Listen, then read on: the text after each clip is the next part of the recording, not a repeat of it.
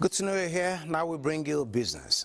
Civil society organizations and the media are advocating for citizens to voluntarily pay taxes while holding government to account for judicious use of resources. This was at the end of two-day intensive training for civil society and media on the new tax regime, organized by German Konrad Adenauer Stiftung in collaboration with the Civil Society Legislative Advocacy Center, CISLAC, in Abuja.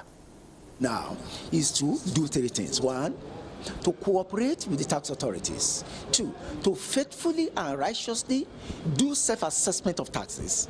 And three, to demand accountability from government through our representatives and the civil society organizations. It may be very, very difficult at the initial stage, but as time passes by, you see that we simplify it. Like what I mentioned in Kaduna State, we related with women and we discussed some of this. Some of them are not generating their tax ID by themselves.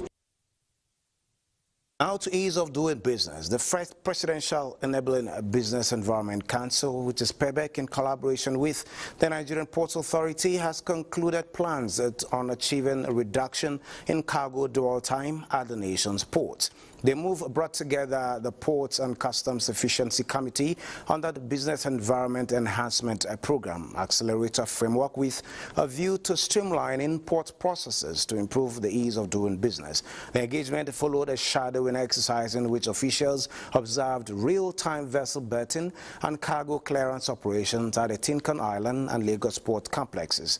Director General of PEBEC, Zara Mustafa, said the initiative was designed to move beyond identifying challenges to implementing practical solutions that have been delayed 4 years, adding that the initiative integrates government regulators and private sector stakeholders to promote transparency and accountability with the goal of reducing cargo dwell time and improving vessel turnaround time. The stakeholders, including Managing Director of the NPA, Abubakar Enzo, who agreed to work towards achieving a 7-day cargo dwell time across the nation's ports.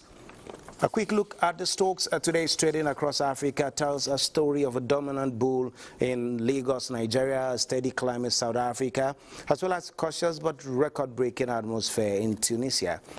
Here is how the session wrapped up. The Nigerian exchange was the star of the continent today, driven by a massive wave of pension fund liquidity and institutional buying. The market is currently riding a liquidity tsunami, if you allow me to say that, with the big winners as Seplat Petroleum hitting a gain of 10% to close at 8,107 naira 0 kobo. Retail favorites like Briscoe and Deep Capital also notched 10% gains, while CG's Agro Allied also joined the perfect club. Now on the downside, we have NACO dropping nearly 10%. For South Africa, it's a good game. For Tunisia, and not that good. But let's see how the stocks roll out tomorrow. That is it, and business at this time.